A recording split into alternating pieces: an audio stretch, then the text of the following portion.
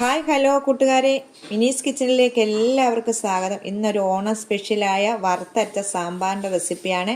നേരത്തെ കഴിഞ്ഞ ഓണത്തിന് ഞാൻ സാധാ ഒരു സാമ്പാറിൻ്റെ റെസിപ്പി ഇട്ടിട്ടുണ്ടായിരുന്നു. അപ്പോൾ ഇത് നല്ല വറുത്തരച്ചൊരു സാമ്പാറിൻ്റെ റെസിപ്പിയാണ്. വീഡിയോയിലേക്ക് പോകുന്നതിന് മുമ്പ് വീഡിയോ കണ്ട് ഇഷ്ടപ്പെടുവാണ് ലൈക്ക് ചെയ്ത് ഷെയർ ചെയ്ത് കമൻറ്റ് ചെയ്ത് സബ്സ്ക്രൈബ് മറക്കല്ലേ. ഹൈപ്പ് എന്ന് പറയുന്ന ഓപ്ഷനും കൂടെ ഞെക്കാൻ മറക്കല്ലേ. അപ്പം വീഡിയോയിലേക്ക് പോകാം. നമ്മളൊരു വറുത്തരച്ച സാമ്പാറിൻ്റെ റെസിപ്പിയാണ്. അപ്പോൾ ഞാൻ സാധാരണ ഒരു സാമ്പാറിൻ്റെ റെസിപ്പി കഴിഞ്ഞ ഓണത്തിന് എൻ്റെ യൂട്യൂബ് ചാനലിൽ ഇട്ടിട്ടുണ്ട് കേട്ടോ. അതിൻ്റെ ലിങ്ക് ഇതിൻ്റെ കൂടെ ആഡ് ചെയ്യുന്നതായിരിക്കും. അപ്പോൾ നമ്മൾ ഇന്ന് വറുത്തരച്ച സാമ്പാർ ഇതുവരെ ഇട്ടിട്ടില്ല. അപ്പം വറുത്തരച്ച സാമ്പാറിന് നല്ല ടേസ്റ്റാണ് കേട്ടോ. അപ്പോൾ നമുക്ക് വറുത്തരച്ച സാമ്പാറൊന്നും ഉണ്ടാക്കാം.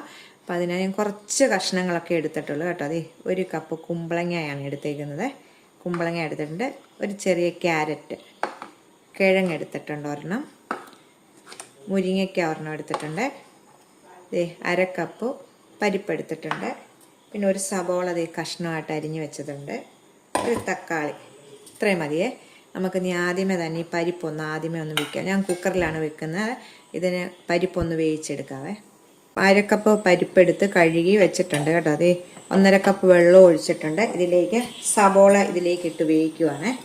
ആദ്യമേ പരിപ്പും ഈ സബോളയും ഒരു 1/4 ടീസ്പൂൺ മഞ്ഞൾപ്പൊടിയും കൂടി ഇട്ട് നമുക്കൊന്ന് വേവിച്ചെടുക്കാം. ആദ്യമേ ഒരു സ്വല്പം ഉപ്പൂടെ ഇട്ടിട്ട് 2 വിസിലാകുമ്പോഴത്തേക്ക് പെട്ടെന്ന് വേകും കേട്ടോ പരിപ്പ്.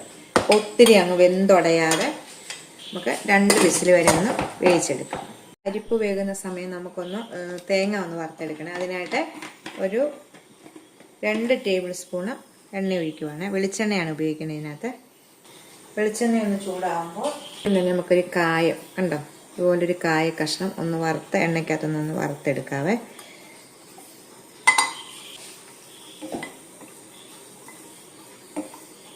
ഈ കായം മൂത്തിട്ടുണ്ട്. നമ്മൾ സൈഡിലോട്ട് മാറ്റി ഇങ്ങനെ വെക്കണം. മൂത്തിട്ടുണ്ടെങ്കിൽ ഇതിലേക്ക് 1/4 ടീസ്പൂണ് ജീരകമാണ് ഇടുന്നത്. ജീരകം 1/4 ടീസ്പൂൺ ജീരകം. അതുപോലെ തന്നെ 1/4 ടീസ്പൂണ് ഉലുവ.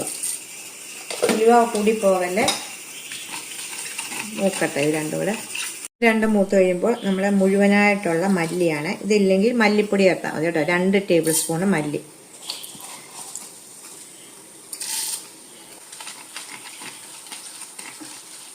ഒരു 5 ടേബിൾ സ്പൂണ് തേങ്ങ.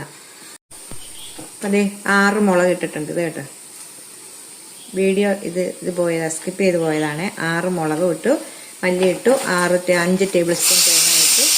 നല്ലോണം ഒന്ന് വറുത്ത് ഗോൾഡൻ നിറമാകുന്നിടം വരെ ഒന്ന് വറുത്തെടുക്കാം. ഇത് 5 ടേബിൾ സ്പൂൺ തേങ്ങയെ 6 പത്തഴ മുളക്, മല്ലി 2 ടേബിൾ സ്പൂണ്, ജീരകം,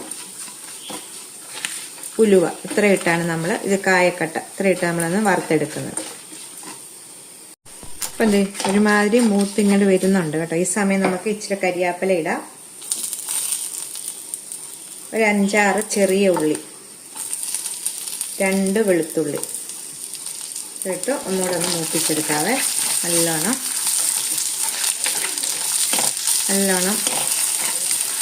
ഒരു ഗോൾഡൻ നിറമാകുന്നിടം വരെ നമുക്ക് ഇത് മൂപ്പിച്ചെടുക്കണം കേട്ടോ. കായമൊക്കെ അപ്പം നല്ലോണം ഒന്ന് മൂത്ത് കിട്ടും. നല്ലോണം മൂക്കട്ടെ. അപ്പം നല്ലോണം മൂത്തിട്ടുണ്ട് കണ്ടോ. ഗോൾഡൻ ഈ കളറാണ് വേണ്ടത്. അപ്പം മല്ലിയും ഉള്ളിയെല്ലാം മൂത്തിട്ടുണ്ട്. ഉള്ളി ഇത്രയും മൂത്തച്ചാൽ മതി കേട്ടോ. നമുക്കിതിൽ തീ ഓഫ് ചെയ്തിട്ട് ചൂടാറിയിട്ടൊന്ന് അരച്ചെടുക്കണം. തേങ്ങയുടെ ചൂട് പോകാൻ വേണ്ടി നമ്മൾ വെച്ചേക്കുവാണ്. അപ്പം നമുക്ക് ഈ പരിപ്പ് ഇപ്പം വെന്തിട്ടുണ്ട് കണ്ടോ. സൂപ്പറായിട്ട് വെന്തിട്ടുണ്ട് ഉണ്ടോ. അപ്പം നമുക്ക് ഈ കഷ്ണങ്ങളിട്ട് നമുക്ക് ഒരു വിസിലടിച്ചൊന്ന് എടുക്കാം. സബോളയൊക്കെ അങ്ങനെ ഒത്തിരി വേകാതൊക്കെ കിടപ്പുണ്ട് കണ്ടോ. ഇതുപോലെ നമുക്ക് കഷ്ണങ്ങളൊക്കെ ഇതിലേക്ക് ഇട്ടിട്ട് കിടക്കാം. കുമ്പളങ്ങ ഇടാം ആദ്യമേ, കിഴങ്ങ്, ക്യാരറ്റ്, ഒരു തക്കാളി ഞാൻ ഇതിനകത്ത് ഇടുവാണ്. തക്കാളി ഇതിനകത്ത് ഇടാതെ എണ്ണയ്ക്കകത്ത് കടുക് ഒഴിക്കുമ്പം വഴത്തിയാലും മതി. ഞാൻ ഇതിനകത്ത് ഇട്ട് വേവിക്കുവാണ്. ഒരു പച്ചമുളക്, ആവശ്യത്തിന് ഉപ്പ്. നമ്മൾ പരിപ്പിനകത്ത് കുറച്ച് ഉപ്പിട്ടിരുന്നു. നമ്മൾ ഈ കഷ്ണത്തിനകത്ത് ഉപ്പിട്ട് വേവിച്ചെങ്കിലേ കഷ്ണത്തെ പിടിക്കത്തുള്ളൂ കേട്ടോ. ലാസ്റ്റ് ഞാൻ മുരിങ്ങയ്ക്കായും കൂടെ ഇതിലേക്ക് ഇട്ട് വേവിക്കുവാണ്. ഒരു വിസിലടിച്ച് വെച്ചാൽ മതി. അപ്പം മുരിങ്ങയ്ക്ക നമുക്ക് മേളിലേക്ക് വെച്ചിട്ട് വേവിച്ചെടുക്കും. 1 കപ്പ് വെള്ളം. എന്നിട്ട് നമുക്ക് ഇളക്കി മുരിങ്ങയ്ക്ക് ഇങ്ങനെ മേളിൽ ഇരിക്കത്തക്ക ഇത് നമുക്കൊന്ന് ഒറ്റ വിസിലടിക്കുമ്പോഴത്തേക്ക് ഇത് വേകും കേട്ടോ. തേങ്ങ അരച്ചുകൊണ്ട് വരാൻ പോവാണ്. അപ്പോൾ അതിലേക്കൊരു 1/4 ടീസ്പൂൺ മഞ്ഞൾപ്പൊടിയും കൂടി ഇട്ടിട്ട് നമുക്കന്ന് അരച്ചുകൊണ്ട് വരാം. അപ്പോൾ നമ്മുടെ കഷ്ണങ്ങളെല്ലാം വെന്തിട്ടുണ്ട് കേട്ടോ. അപ്പം ഇതെല്ലാം പോയിട്ടുണ്ട്. നമുക്ക് എടുക്കാം കേട്ടോ. മുരിങ്ങയ്ക്ക് അതേപോലെ കിടക്കേണ്ട, വെന്തളിഞ്ഞിട്ടൊന്നുമില്ല കണ്ടോ. അതുപോലെ ഇപ്പോൾ കഷ്ണങ്ങളെല്ലാം വെന്തിട്ടുണ്ട്. നമുക്ക് ഇപ്പം അരച്ചുകൊണ്ട് വന്നിരിക്കുന്ന അരപ്പ് നമുക്ക് ചേർക്കാവേ. ഇതുപോലെ ഞാൻ അരച്ചുകൊണ്ട് വന്നിട്ടുണ്ട്. ഇതിലേക്ക് ചേർക്കാം. ഇതുപോലെ ചെറിയൊരു നെല്ലിക്ക വലിപ്പത്തിൽ പുളി എടുത്ത് വെച്ചിട്ടുണ്ട്. ഞാൻ വെള്ളം ഒഴിച്ചിട്ടിരുന്നായിരുന്നു. അപ്പോൾ നമുക്ക് ഈ വെള്ളം എടുത്ത് നമുക്ക് മിക്സിയുടെ ജാറിലേക്ക് ഒഴിച്ചിട്ട് ഇതിനകത്തോട്ട് ഒഴിക്കാം. പുളിവെള്ളം കൂടെ ചേർത്ത് നമുക്ക് തിളയ്ക്കണം. നമുക്ക് കടുക് പൊട്ടിക്കുമ്പോഴാണ് നമ്മൾ വെണ്ടയ്ക്ക വഴുത്തി ഇതിലേക്ക് ഇടുന്നത്. ഈ സമയം ഉപ്പ് നമ്മളിടണം. ഉപ്പ് ചേർന്ന് അന്നേരം കുറച്ചിട്ടതേ ഉള്ളൂ. കുറച്ച് ഉപ്പ് ഇടാം. നമുക്ക് ഉപ്പൊക്കെ നോക്കിയിട്ട് സമയം നമുക്ക് ഉപ്പ് ചേർക്കാം.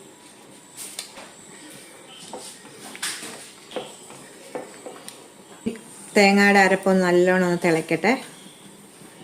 നല്ല ടേസ്റ്റായിട്ടുള്ളൊരു സാമ്പാറിൻ്റെ റെസിപ്പിയാണിത് കേട്ടോ. വറുത്തരച്ച സാമ്പാർ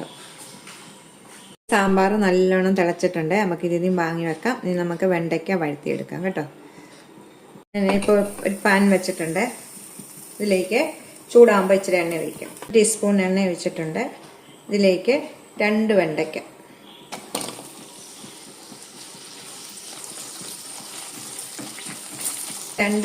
ഇട്ടിട്ടുള്ളൂ കേട്ടോ.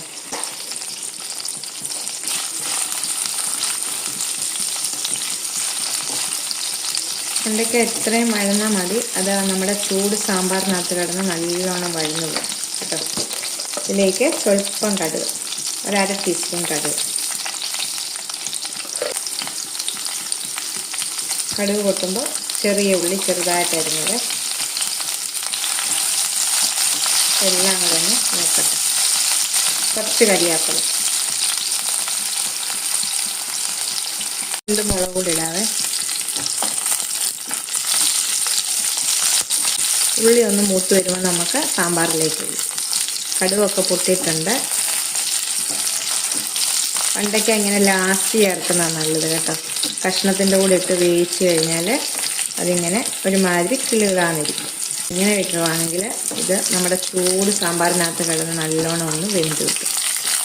തീ ഓഫ് ചെയ്തിട്ടുണ്ട്. ഇതിലേക്ക് ഒരു പിഞ്ച് നമ്മുടെ സാമ്പാർ പൊടിയില്ലേ, നമ്മൾ സാമ്പാർ ഉപയോഗിക്കുന്ന സാമ്പാർ പൊടി അതുകൂടി ഇട്ടിട്ട് തീ ഓഫ് ചെയ്ത ശേഷം ഇടണേ. എന്നിട്ട് നമുക്ക് സാമ്പാറിലേക്ക് ഒഴിക്കാം.